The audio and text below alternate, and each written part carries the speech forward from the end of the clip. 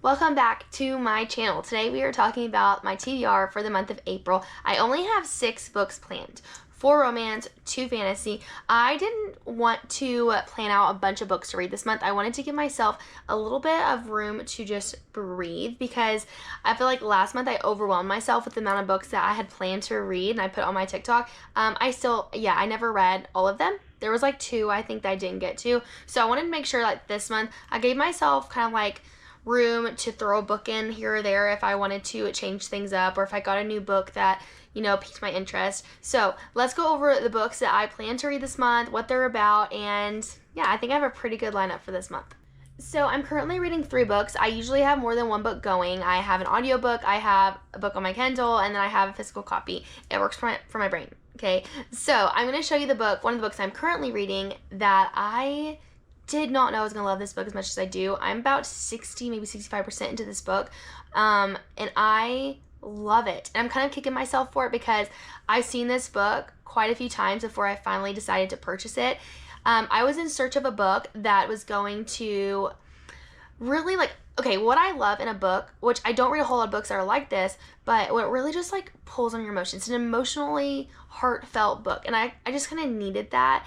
And so when I saw somebody post a review on this book, same day, I immediately bought it. It took them crying about this book for me to say, okay, I'm finally gonna buy it, I'm gonna try it, and I love it so much. This is my first ever, I'm gonna show you the book, my first ever football romance. This is a college football romance. It is Say You Swear by Megan Brandy, and I need more football romances in my life. I am a baseball girly through and through. I never really cared for football growing up, but this book, I need more football romance recs. So if you have any, please tell me. I need some. So for these books, I don't want to give away any spoilers. I'm going to be telling you just what's on the back of the books because I myself don't like spoilers, and I'm not going to spoil a book for you that I want you to read. I'm telling you right now, this book is going to be one of my favorites. I'm going to already tell, and I want you to read it if you have not already. For years, I've dreamt of what college life could bring, and while some things changed, there was always one constant. It didn't matter how wild I allowed my imagination to run, it always led me to the same place in the end. It led me to him. My future was clear, and he was it, until suddenly he wasn't.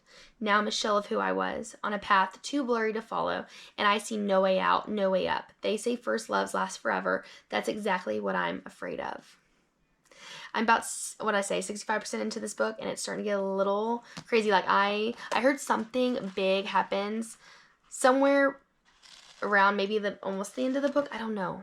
I'm a little worried, but I will say that we meet someone in this book that I just know is going to be one of my favorite characters.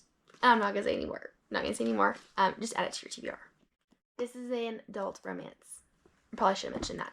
Also, the other book I'm currently reading, I've been doing this audio version because they have accents. And if they have accents, I want to hear them. Okay, because I can't do it in my head. I cannot. It's going to come through in my Texas slang, okay? So this is A Fate Inked in Blood by Danielle L. Jensen. This was my book of the month choice. This is an adult fantasy. I'm about 50% into this book, and I'm going to just tell you I'm not crazy about it right now.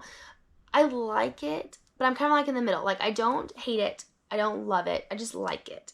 So I'm hoping it picks up and something changes my mind about this book because so many people love it, and I want to love it. I always want to love a book when I go into it. Obviously. So this book is about a shield maiden blessed by the gods, battled to unite a nation under a power-hungry king while fighting her growing desire for his fiery son in this Norse-inspired fantasy romance. Norse meaning Norwegian. And it's also medieval time era. I hope I'm not wrong about that. Another book that I've started is The Bite by Z.W. Taylor. This was super exciting for me because this is a book about a young woman who turns into a werewolf. And any book or movie that you typically see is a male turning into a werewolf. So when I found out it was about a woman, I was like, yes, that is so cool. Something different. And I always want something that's going to feel different, obviously. So this one follows Charlotte, and she's fleeing her home because her ex is very abusive and she wants nothing but to get away from him. And so she's fleeing to Alaska. Right? It was Alaska, right? Yeah. She's fleeing to Alaska, and during this time, she has nothing but her car, a little bit of money, and what things she could grab to take with her. And she's having to sleep in the back of her truck in a sleeping bag. And something happens and she's bit and she turns into a werewolf. And I'm not very far into this book, but I like it so far. I like the writing. She did send me The Hunt, which is book 2. It's going to be coming out. I don't think it's out just yet. I think it's going to be coming out within the next month. But I'm super excited about it. The cover is beautiful. And yeah, I like it. So whenever I finish, I will give y'all my full review on my TikTok. So if you don't follow me there, you should. Okay, a must for me was to add a Lynn Painter book to this month because I have been loving Lynn Painter so much, and I just want to say I've read all Lynn Painter's books. Like, that's a goal of mine, to be able to say that. And so I've read 4 of her books so far. This will be my 5th book, and this is her recent release, which is Happily Never After. This one is very short, like 292 pages, which is pretty short, but all of her books are like a decent size, I would say. This is by far probably the shortest book I own by her, but this is an adult romance, and I've heard good things about it. Some people are saying it's not their favorite, but, you know, I think it's skeptical, obviously. Lynn Painter is probably one of the most popular romance rom-com authors, I would say, that I've come across, and so I really don't hear many bad things about her books, like, at all. So I'll be surprised if I don't like this book, but this is about 2 people who... go and crash weddings. They're the people that stand up and say, I object. And then I guess they fall in love with each other. I don't know. It says their name, the objectors. Their job to break up weddings is hired. Their dilemma, they just might be in love with each other. This sounds super fun. I think this would be like such a cute book. Obviously it's a book. Such a cute movie. I always say that about her books. I think they would be adorable movies. There's just something about them. I don't know. But I'm excited for this one. Okay, and then this next one, another emotional roller coaster. This is If Only I Had Told Her by Laura Nolan. I read the first book last month, which was If He Had Been With Me.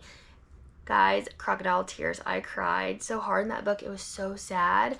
You know it's sad before you go into it, though, and so why am I putting myself through it again?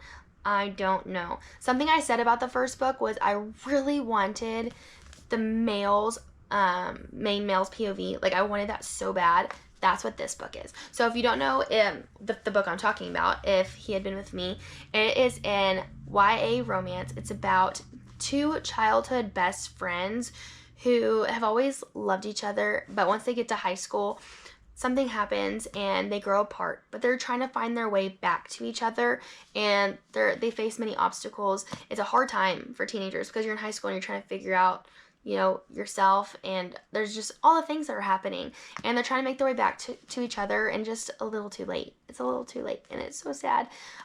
So this one is in, which I should say, you have Autumn and Finn. The first book is in Autumn's POV, and also something I will say is the writing for these books, and I haven't started this one yet, so I'm just going to assume the writing's the same in this.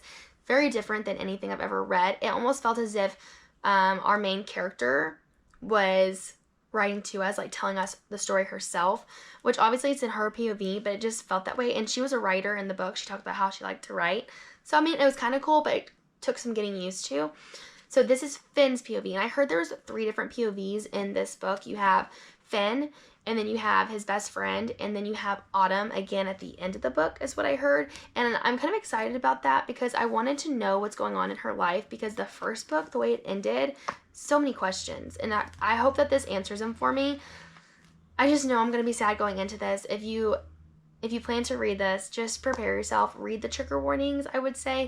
But the first book was good. I gave the first book 3.5 stars, but I liked it enough to go ahead and read the second book, and I think it's because I really liked Finn's character. I just want to know what was going on in his head, and some of the things that happened in the first book, we just needed it. And so when I found out this one was coming out, I was like, yes, so happy, because I had that book on my shelf for a year before I read it, because I didn't want to be sad, and so many people said so many things about it that when I heard this one was coming out, I read that one so I could read this one.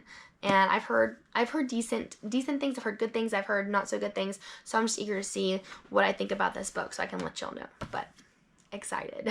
I really wanted to plan to start a new series this month. I wanted a series that I've seen people say and talk a lot about, series that people have loved, that I just want to become obsessed with characters again and just know that, okay, if I finish this book, I have another one to dive into. And so I was kind of like thinking about the books I already had, books I don't have, and there's this there's been this series that have been sitting on my shelf, just the first book. I've only bought the first book. It's been sitting on my shelf, and I knew I wanted to start it, but the only reason I hadn't is because of time. Like, there's so many books, they're thick books, but so many people love these books, and I was like, okay, I think this is the time. This is the month I'm going to start it. And if I don't finish all the books super quickly, I think it's okay if I kind of span them out a little bit. But I'm excited about it because I've heard a lot of good things about this series, and it is Binding 13 by Chloe Walsh. I feel like the people that I've seen that like this book also like Magnolia Parks. And now this is not me comparing the two because obviously I haven't read this, but I heard it's toxic, kind of like the way that Magnolia Parks is toxic, and I love Magnolia Parks. I don't know if that's true or not, so don't come at me if it's not, but I've just kind of heard that comparison. But to me, sometimes when you read toxic books, it is entertaining. I liked 90210. I liked Gossip Girl, and the reason people liked it is because it was toxic and there's always something happening. I heard the same thing about this series. So it says he wants to save her, she wants to hide, she's damaged, he's determined, fate brought them together, love binds them. I think there's like 5 or 6 books in the series. I know that one of them was released this month. Yeah, it's released this month. And so I'm kind of excited. I hope that I like it. I don't know, but so many people have loved it, so I just feel like I'm going to love it. I just want to dive in to a series and become obsessed and love the characters and just want nothing more than to just be sitting here reading the book. Like, I want that feeling. I feel like I haven't had that feeling about a series since, I don't want to say Magnolia Parks because there was books in there I wasn't like crazy about. Probably since Sarah J. Maas, reading like Throne of Glass and Agatar. So I'm excited to just become obsessed again and not have to wait for a book to come out because there's so many already released. That is it for my April hopefuls. It feels weird because I'm usually holding more books than just 6, but I feel good about it. So I'm excited. 3 of them I've already started. 3 of them I'm hoping to get through. I just feel like it's going to be a really good month. But if you made it this far in the video, thank you for watching. If you want to see my reviews on these books, I have them up probably like same day or day after I finish up on my TikTok. I'll have that linked below. I also have an Instagram, which I'll have linked below as well. I'm more active on my TikTok, but I do post on my Instagram, and I'm hoping to be posting more. And then I'll be posting on here about once a week to get started. So thank you for watching, and I will see y'all next week.